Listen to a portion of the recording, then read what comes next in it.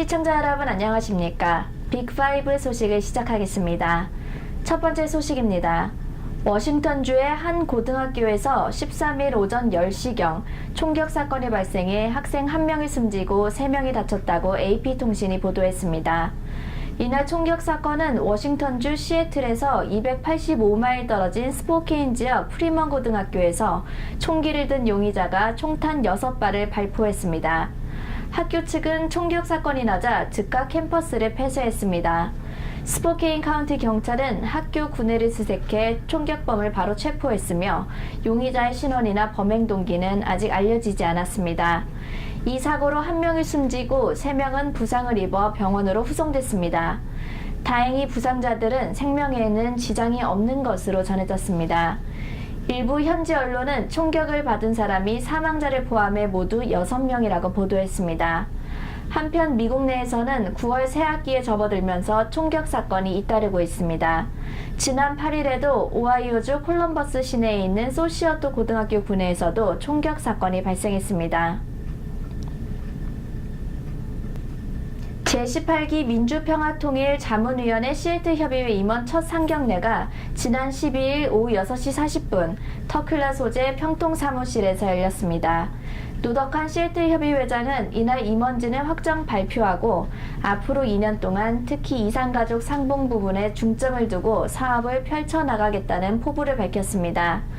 이날 참석한 평통 임원들은 앞으로 있을 사업 전반에 관해 의견을 나누고 헌법기관인 평통 자체의 본연 임무인 통일을 위한 방안을 동포사회가 적극적으로 밝힐 수 있는 활동들을 전개해 나가길 다짐했습니다.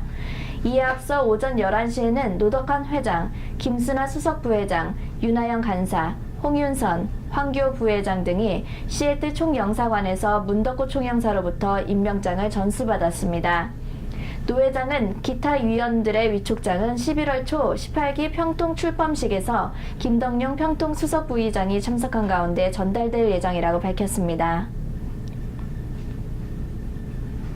워싱턴주가 앞으로 출생증명서에 남성, 여성뿐만 아니라 중성도 표기할 수 있도록 하는 방안을 추진하고 있습니다. 워싱턴주 보건국 크리스티 윅스는 성별 표시에 남성도 여성도 아닌이라는 것과 같은 범주를 포함하는 것이 현재 논의되고 있다고 말했습니다. 오레곤주의 경우 전국 최초로 성 정체성을 나타내는 서류에 남성, 여성 외에 남성과 여성을 모두 포함한 또는 남성도 여성도 아닌과 같은 범주를 포함시키도록 하는 주 법원의 판결이 내려지기도 했습니다. 이로 인해 이제 오레곤주에서는 운전면허증을 신청할 때 여성이나 남성을 표시하지 않아도 됩니다. 자성이 여성도 남성도 아니라고 생각하는 사람들을 위해 운전면허증 신청 시 성별 표기란에 해당 사항 없음이라는 란을 신설했기 때문입니다. 이 같은 중성 표시는 새로 태어난 아이의 출생 증명에는 해당되지 않습니다. 단지 자신의 출생 증명을 바꾸려는 사람들에게 해당되고 워싱턴주에서는 태어난 사람들만 신청할 수 있는 것으로 알려졌습니다. 계속해서 허리케인 얼마의 피해로 인한 사망자가 늘어나고 있습니다. 플로리다주의 한 요양시설에 얼마로 인해 수일 동안 전기 공급이 끊겨 에어컨이 가동되지 않았습니다. 이로 인해 요양원의 실내 온도가 크게 올라 이곳에 거주하던 6명이 사망했으며 100여 명이 대피한 사건이 발생했습니다. 3명은 요양원 내에서 나머지 3명은 병원으로 이송된 뒤 숨진 것으로 알려졌습니다. 환자들이 입원한 병원 관계자는 현재 115명이 요양시설에서 이송됐으며 이들은 호흡기 질환과 탈수증, 더위와 관련된 문제로 치료를 받고 있다고 설명했습니다. 이로써 얼마로 인한 미국인 사망자는 18명으로 늘어났습니다.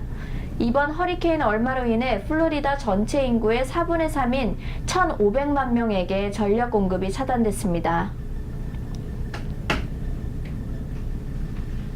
한편 이처럼 허리케인 할비와 얼마가 텍사스와 플로리다를 각각 강타해 수많은 피해가 계속되는 데 이어 또 다른 허리케인 호세가 카리브해 동쪽 끝과 대서양 서부에서 움직이고 있어 미국 기상당국이 긴장하고 있습니다.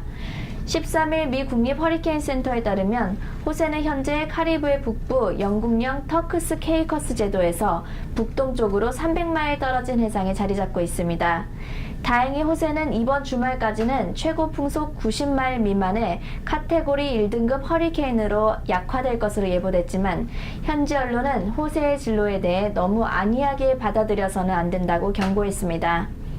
국립 허리케인 센터는 호세가 육지에 상륙하지 않고 해상에서 그냥 소멸될 가능성도 있지만 기압 변수에 의해 진로가 바뀔 경우 다음 주 미 동부에 영향을 미칠 여지가 있는 것으로 예상됐습니다. 이어서 한인 소식입니다. 한인생활상담소에서는 오는 9월 16일 토요일 불법 체류 청년 추방 유예 프로그램인 다카 갱신 무료 서비스를 제공합니다. 장소는 시애틀 성대건 안드레아 한인 천주교회이며 오전 10시부터 오후 1시까지 무료로 진행됩니다. 특히 이날은 전문 한인 변호사가 도와줄 예정으로 도움이 필요한 교민들의 많은 참여 부탁드립니다. 이상으로 빅5 소식을 모두 마치겠습니다. 함께 해주신 여러분 고맙습니다.